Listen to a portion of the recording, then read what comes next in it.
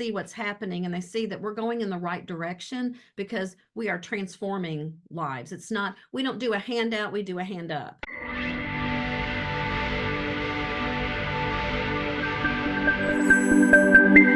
Well, there's so many wonderful ministries all over the globe that are helping take care of children and families. And we found another one to tell you about today. It's called Family Life Missions. And joining us today to talk more about it is Lisa Steele. She's the executive director. Lisa, thanks so much for your time today. Oh, thank you for having me. I'm excited to share with you. Let's start with a little bit of information, just a high level view. What is Family Life Missions all about? So we've been around for about 30 years and we are in Catacamas, Honduras, which is a smaller village about 4.5 hours outside of the capital city. So we have three main programs: family preservation, foster care, and our Por los Niños Christian school and residential home. We began as a residential home for orphans, but what we have found over the last probably 6 to 8 years is that most of the children who were living with us were not true orphans. They had been abandoned, or maybe a parent couldn't pay for their food or take care of them. So what we've done is we've reintegrated as many children as possible with their biological family after going through an extensive interview time with them and spending time with them and giving them the resources that they need. And now we really focus on family preservation because we found if we can keep those families together, then they don't have to abandon their child. But they did not have the tools and resources that they needed. We also have expanded our school. So we're now a pre-K through ninth grade and adding grades every year. And that has been wonderful because we've been able to do more outreach into the community and bringing in some families. We do a school for parents and things to give them the resources that they need as well. And then we're the second organization in the entire country to be accredited by the Honduran government to do foster care. They did not have foster care in that country. And in 2019, we entered into a pilot program with the government where we were able to, now we are accredited, we're able to train families, we're able to help them and place children 5 years and younger into foster homes. And that's been wonderful too, to be able to do that and see the kids really flourish. That's incredible. I want to come back to what's happening with Family Life Missions. We're going to go a little more in depth, and you've brought up some very important topics that I think people are hearing more and more about, but we need to understand and learn more and more about, related to orphanages, related to who's in those orphanages, and your efforts at repairing, revitalizing family life, which I think is such a key piece of this. But before we get to that, want to hear a little bit about your story. As a young person, did you think about going into ministry or missions? Was that part of your makeup, or did that come later on in life? Definitely came later on in life. I was a journalism major in college, and so I was on a whole different track. But when my children were very young, and our church was needed some people to go to Honduras and in the early 90s, and they needed people to go and translate for some doctors. And so I spoke Spanish. I love languages. I speak several languages, so Spanish was one of them. So I said, "Oh, that sounds fun." So my husband said, "I'll watch the kids, you go." So I went down there for about a week and fell in love with the country, fell in love with just serving people, saw how other people lived, realizing how privileged we are in this country, wondering why they were there and why I was here. Just a lot of questions in my heart. So I did that for 6 summers. And over time, I just saw God leading me in different ways. I stayed home for 21 years with my children and homeschooled them from kindergarten through 12th grade. And when my youngest left, I was like, okay, what am I going to do now? And it's been real exciting because God has just led me on a path where I was able to work at a church for 8 years and start an English class community because we had 66 countries in Nashville around this one church that were there. And so I did English classes, citizenship classes. So that led me into working with the immigrant community in Nashville. And I worked there, worked at Lipscomb University for several years as an assistant dean in intercultural development, and worked with Latino families and the students. Just kind of just at each step of the way, I saw God preparing me for the next thing He had planned for me. So when I saw this, I had been during all this time too, I'd been going on mission trips with our church, going to Nicaragua, Honduras, El Salvador, Guatemala, all the places. Um, this came full circle for me, because then when this position opened up, it's in Honduras, which I loved. I'd been to this small city, which is kind of crazy because it's really far out, but I had been there before. Everything about it, I just loved it. And I especially loved working with the families, because I truly believe in the entire world, when we strengthen a family, then we're going to not only preserve that family, but for generations to come. We're changing a family tree. And this is just an important thing that I've come to realize over the last probably 18 to 20 years, how important this is to preserve families, that this is part of God's plan. So that's kind of how I got to where I am today. One of the things I love to dig into a little bit is what God has taught our guests during many of these processes. Here you were homeschooling for 21 years. You get the kids out of the house. Now I'm going to start doing some volunteer work. I'm going to start helping some people through my local church. Wh- Why the local church first? Why did you choose to engage with the local church versus, say, maybe an organization in town or something like that? And maybe something you learned as you worked with, volunteered with your local church in some of these areas of language help and citizenship help and working with refugees. Talk a moment about that. Sure, sure. So I've always been involved in church. Our church family is very important to us, for my family. And so when they put the call out that they needed someone to volunteer to head up these little classes on Monday and Wednesday nights, I thought, well, I'm not sure what I'm going to do next. So this sounds kind of interesting. I love culture and learning. So I thought this will be fun. So I went, and on a Wednesday night, I'd have a couple people come in. Mondays, nobody.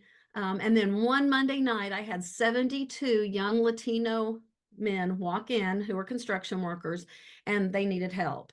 So I acted like I knew what I was doing. I pulled everybody in a room and I was like, okay, tell me what it is that you need to know. And they said, well, when we go to Home Depot or wherever, and we don't know these construction terms, which I was not familiar with, but I'm like, okay. So I start writing stuff on the board. And I just felt that pull of I truly believe it was the Holy Spirit of pulling me into something that I needed to, where I needed to be. It felt like I was at home. It felt comfortable. It was challenging, but exciting. And so from that moment on, I just knew that I needed to serve this community. And that led into a full-time staff position at the church. And I've never really looked back and thought about going into anything except nonprofit work, because I just love what it's about. I love the fact of just of serving and being able to help people. I love working in a Christian environment, and reaching the unreached. Talk about the transition to Lipscomb. How did that come about, and what were some takeaways for you from there? So I would go to Lipscomb in the summer. They have like a lecture series. And so I would go and translate for them, because at my church, every Sunday, I translated our sermons in from English into Spanish in real time, so that everyone could worship together. They had little earbuds and stuff. And so I would go to Lipscomb and do that in the summertime for them. And one of the vice presidents there came to me and said, we really could use you here. And I'm like, well, I'm happy where I am. Thank you, but no, thank you.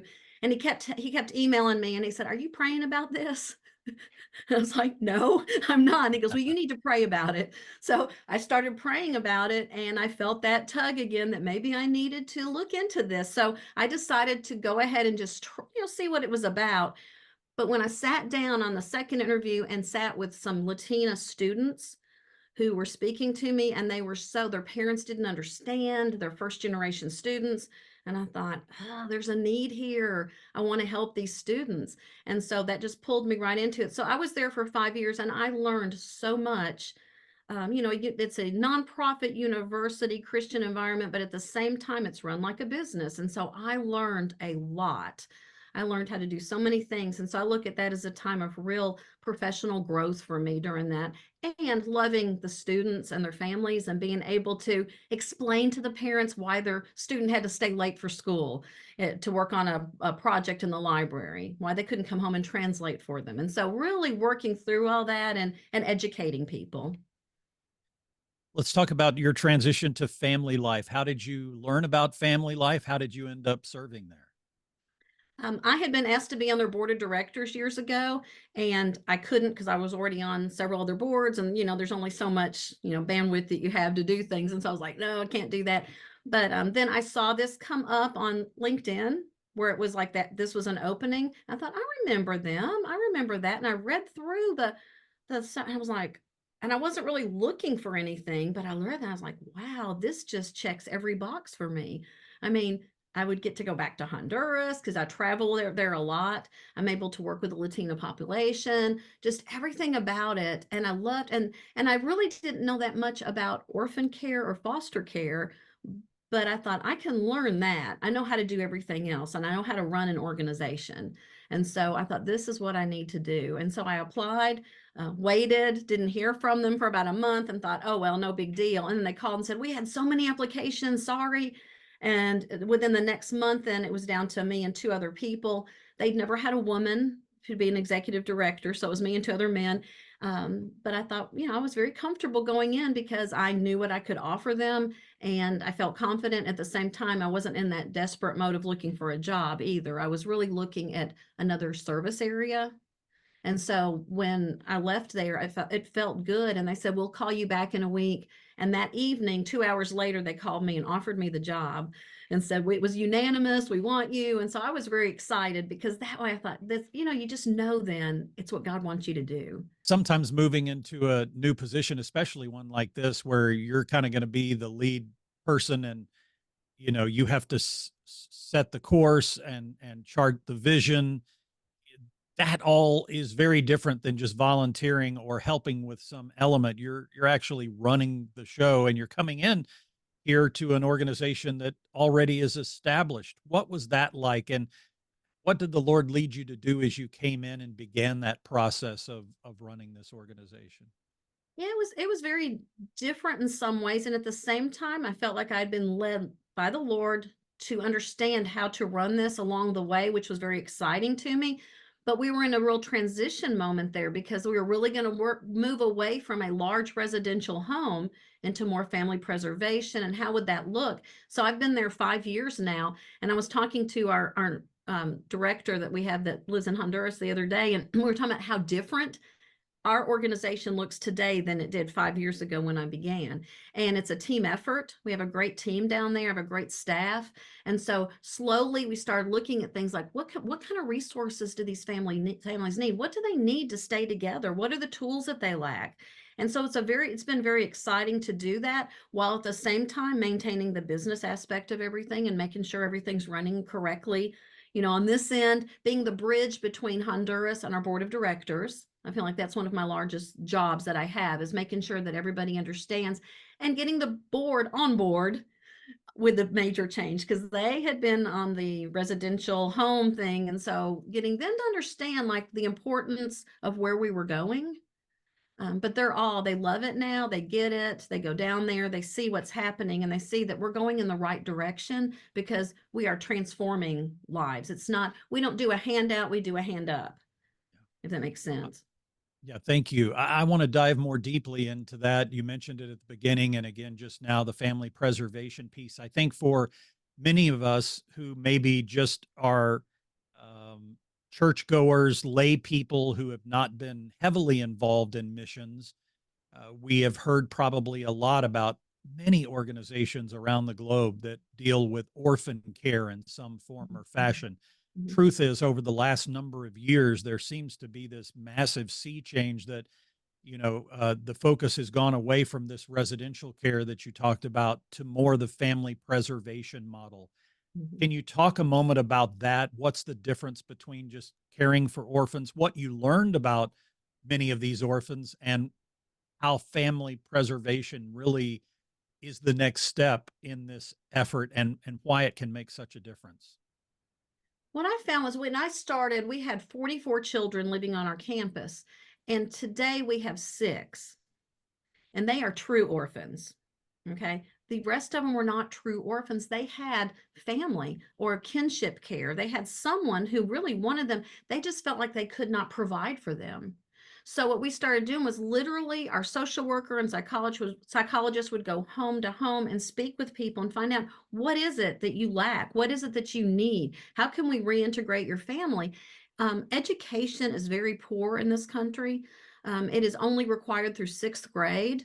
And even with that, most people drop out by second or third. So it's not a very educated or literate country. And so we thought, okay, they need some education. They need to know, we need to build up our school for the children, but then we also have a parent school that goes along with it. And so they need to understand what it is that they need, that there's ways that you can make money. We started an entrepreneurship program as part of family preservation to help people start their own business. I have a woman named Rosa who every morning she gets up and makes 300 tortillas by 6:30 a.m. She has 3 grandchildren she and her husband are raising because her daughter came to the US, which is another big problem there too of people leaving looking for a better life. So they're raising their grandchildren. The kids, before they go to school, help deliver all those tortillas to local businesses and to homes. And so she's in our family preservation program through her local church. We always go through a local church so that we can connect them to a community because that's really important. So through her local church, she went through classes where we train pastors, and then the pastors train. It's to train the trainers. We get the people, the lay ministers in a church together, and she was one of them. They applied to be in our what we call Building Dreams, which is our program in family preservation. So we did a house renovation for her this past summer. We enlarged her kitchen. We put in a bathroom into her house, did several different things for her like that. And then she also gets seed money to begin her business as well. And then we do follow up on all of this. We're following up with her. What do you need? What kind of training? We do business plans with them, and we walk alongside them to help them be successful. Wow. Again, just such a dramatic change from what we Yes. saw just, probably a decade ago or less, where the focus was all on short-term mission trips to these orphanages and providing different things they needed, but those children stayed there when they had families in town often, but Yes. because of poverty, because of moves to the US, because of other things, those children were just dropped off. They were just left there. We can't deal with them anymore. And the fact that the Christian community has now moved into this mode of family preservation, just what a blessing. I hate that it took so long for for organizations to figure that out, and missions organizations across the country, big and small. I've talked to huge organizations that Yeah. they've made that change, and small cottage organizations that have made that change. But it seems to be helping. And best I can tell from what you've said, it is making a difference. It is, those Absolutely. kids are not going back to an orphanage, they're staying with family. No, I love when I go down there and I'll go visit a lot of the kids and their families in their new homes. I love it because I see such a radical change in their appearance. They just look happier. They just look, I don't know, it's just they're engaged. They're in school. They're in a family. They all want to be in a family because every child wants to be in a family. The first time I went to Honduras when I was working here, I walked into this area where the kids were eating lunch, and this little boy says to me, I have 2 questions for you. I said, sure. I was all excited, and he said, first of all, why does my mother not want me? And second, how do I know when God is speaking to me? So I'm like, wow, that's how do you answer that? And I had to be truthful. I don't know why your mother doesn't want you because you're a wonderful young man. He was about 12 at that time. And I said, I don't understand that. And I'm sorry she doesn't, but we love you and we care for you because I knew he would probably always, he's still with us. I mean, I knew that he probably would be. How do I know when God talks to you? I said, I'll get back to you on that one because I need to do a little thought on that because I thought I wanted to do it enough where he understood it in his 12-year-old mind. And so I was able to go back to him and talk to him about that later. But it just opened my mind to realize that that moment, that's what they want. They want a family. They want their family. They want their mom and dad. And unfortunately, that doesn't always work. The foster care is really good because I feel like that when a baby's abandoned in a hospital, they'll call us and we can put them in with a foster family who we have recruited through a local church once again, always going through the local churches, and we have trained them. They have extensive training. But these families, I love to visit them because I go in there and they're so happy to have these children. The first one I went to and visited, she was sitting there holding this baby, the mom was, and she was so happy. And we're in a house with a dirt floor, and it's about 1,000,000 degrees in there. And she's got that baby wrapped up, but she's just caring for her. And I'll never forget sitting there, and a turkey walked in the front door. And I said, "Is that your turkey? Because I mean, what do you say?" And she's like, "Oh, no, it's a neighbor's." And so it's just the whole scenario. It's not like foster care here. They don't get help from the government. We help them. I mean, an organization has to help them, but you have to also understand, like, I mean, it's a different culture, but it's the same heart feeling. It's the same wanting to serve God as we all have. It's the very same thing. What a blessing to be able to be accredited by the government so that you're able to do that, number one. Number two, that you, with your organization working with the local church, can vet those families that are going to be foster parents and make sure that those children that do have to enter the foster care system have quality care. That's a big Absolutely. deal too. It really is. And as much as sometimes it's difficult working with the government, they are very open. They love the fact that we are recruiting through local churches. They love that we have a Christian aspect to it. So that's wonderful because we can train them, we pray over them. We're able to be there and give them spiritual guidance. We have a spiritual coordinator who's on our comprehensive care team, who makes sure that he has a check-in with them every month to see what they need to spiritually. So I feel like we have to have a very holistic view of this. We have to look at all pieces. It can't be just the physical. It's got to be the spiritual, the academic, the social. All these pieces psychological have to all come together to meet the needs of these families and the children that we serve. I just got a couple of minutes left. Two final questions. Number one, as you look at the next 5, 7 years, what are you looking for with regard to growth or shifts or changes with your ministry? And secondly, if you could, as you close, how can our folks be praying for you and your team? I think the biggest need that I see that we will need within the next 3 to 5 years is we need a larger school building. We have started out as a first through sixth grade for the children that lived on our campus. Well, now we are preschool and kindergarten Montessori. We have a Montessori method. We have trained for that, and the kids love that because those kids were sometimes being left at home alone while the parents went to work. So now they have a good school to go to. And then we're through ninth, and we're going to keep adding a grade on as we go along. And so we're expanding. So this year we have 105 students at our school, whereas 5 years ago we had about 30 students. So I mean, we've had this tremendous growth right here. And so I see that we're going to need, of course, more school space for them. So looking at that, because I think education is a very important piece of all of this, and especially for the future.